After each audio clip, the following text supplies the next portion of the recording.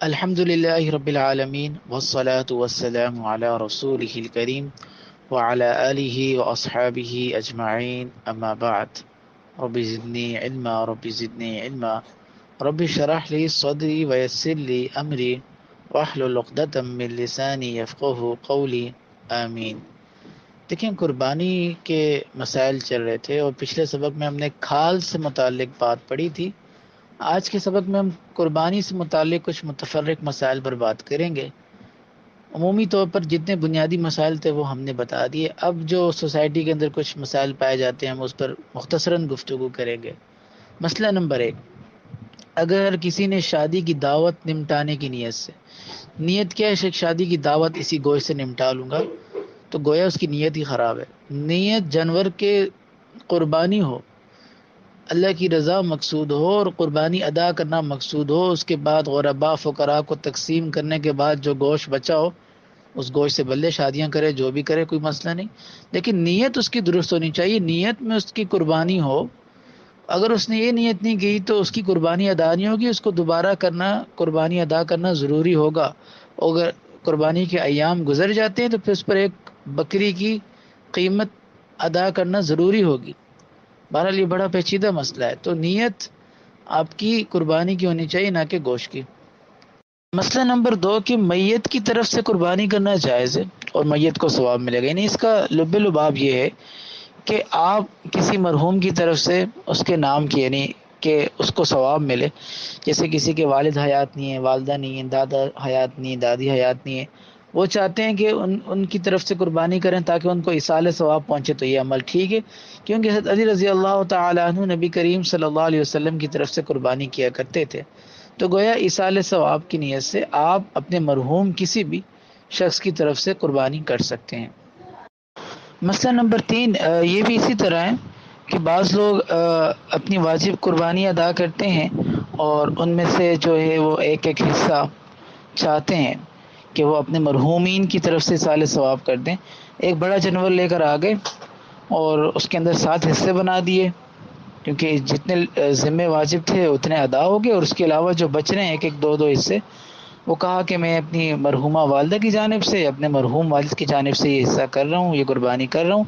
پھر اس کا گوشت تقسیم کریں تو گویا ان کو ایصال ثواب پہنچ جائے گا۔ اب ایک جانور میں کتنے لوگ شریک ہو سکتے ہیں؟ مسئلہ نمبر 4 ہے کہ اگر 7 افراد شریک ہو کر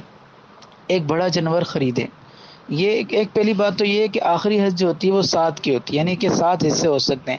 اب ہوا یہ کہ 7 لوگوں نے مل کر ایک قربانی کا جانور خریدا تھا،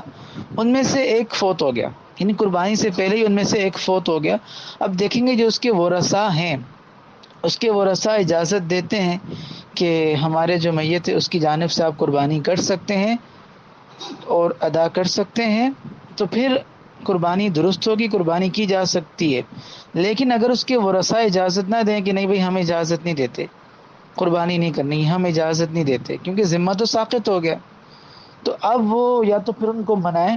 یا تو پھر انہوں نے جو رقم ادا کی تھی وہ رقم اس کو دیں۔ اگر وہ ان کی اجازت کے بغیر قربانی کر دیتے ہیں تو قربانی درست نہیں ہوگی، کیونکہ ایک شریک کے جو ورثاء ہیں ان کی اجازت شامل ہی نہیں ہے۔ تو گویا جتنے بھی شریک ہوتے ہیں ان کی رضامندی ضروری ہے، ان کی نیت کی درستگی ضروری ہے۔ اگر ان میں سے کوئی فوت ہو جاتا ہے تو ان کے ورثاء کی رضامندی ضروری ہے۔ پھر مسئلہ ہے کہ مسئلہ نمبر 5 کہ بہت سے لوگ ہیں لیکن کوئی فاسق ذبح کرتے، فاسق سے مراد یہ ہے کہ گنہگار شخص ہے اور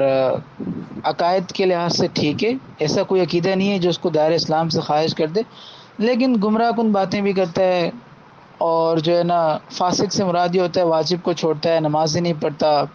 تو ایسا شخص بھی قربانی کر سکتا ہے، قربانی اس کی طرف سے ادا ہو جائے گی، لیکن افضل یہ ہے کہ کوئی اچھا نیک انسان قربانی کرے۔ لیکن اگر کوئی فاسق وغیرہ بھی، یعنی گنہگار بندہ بھی جانور ذبح کرتا ہے اللہ کا نام لے کر، تو جانور ذبح ہو جائے گا۔ مسئلہ نمبر 6 یہ کہ جانور ذبح جب آپ کر لیتے ہیں جانور ذبح،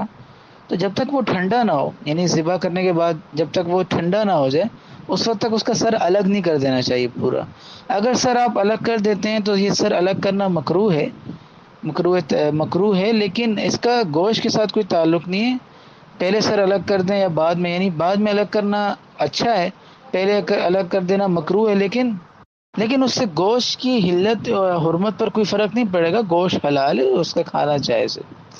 مسئلہ نمبر 7 یہ کہ بعض لوگ کیا کرتے ہیں، جانور کو ذبح کرنے سے پہلے پستول میں ایسی کوئی گولی مارتے ہیں، کوئی نشان لگا کر دماغ میں کہ اس کا دماغ سن ہو جائے۔ اگر وہ ایسی گولی ہے کہ جس سے ہلاکت کا قوی طور پر اندیشہ ہے،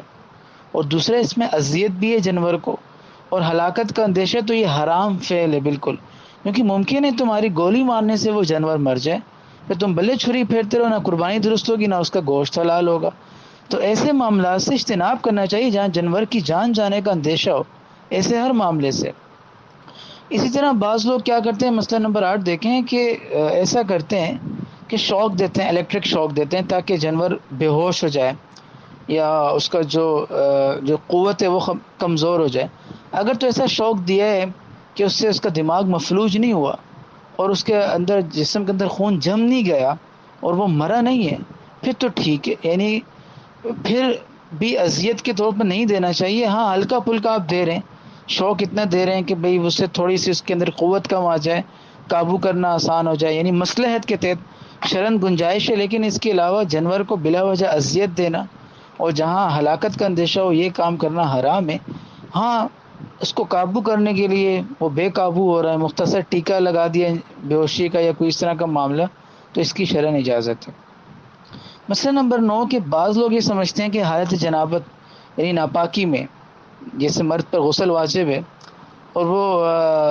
قربانی کرنا چاہے تو لوگ اس کو روک نہیں سکتے، وہ کر سکتا ہے، لیکن قربانی کرنے کے لیے پاک ہونا شرط نہیں ہے۔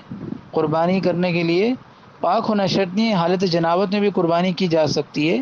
البتہ بہتر اور افضل یہ ہے کہ انسان پاکی کی حالت میں ہی قربانی ادا کرے۔